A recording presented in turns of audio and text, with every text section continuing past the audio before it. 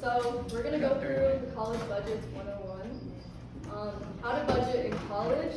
You need to add up income, add up expenses, set aside savings, and then do income minus expenses minus savings, and that will equal your wiggle room. And this should be a positive number, but if it's not, you have to adjust for that. And you also should prepare for unexpected expenses. So this is just an overview of that.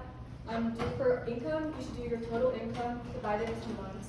Your fixed expenses is the fixed amount you get every month. Variable expenses are the amounts that vary month to month.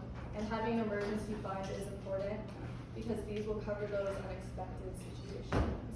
And you can keep this in a savings account. So step one, we're just go through a more detailed version.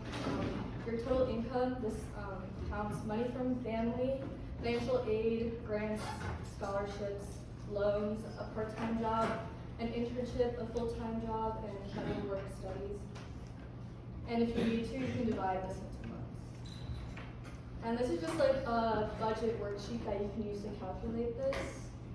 It'll have all the boxes that you can fill yourself if you want to. And for step two, expenses, you can review spending in your account, list what you want, and estimate costs.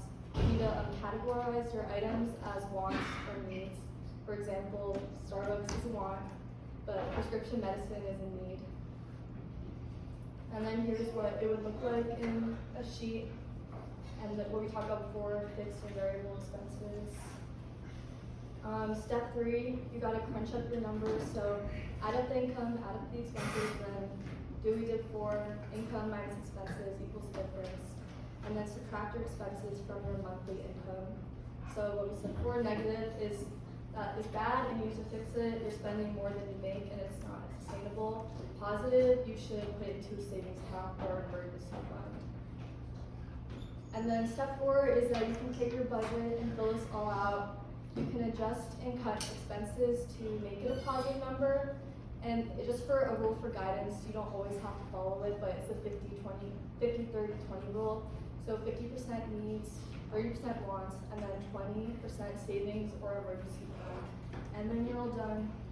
And then just 6 tips for saving money in college is never pay full price for textbooks.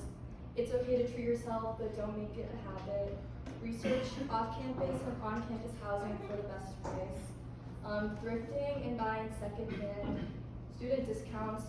A lot of stores do it directly, but there's also websites like Student Fees and My Unique Days that gives you discounts for online. And also using your campus resources that we pay for, like the bus and events that give you free food or items, such as this one.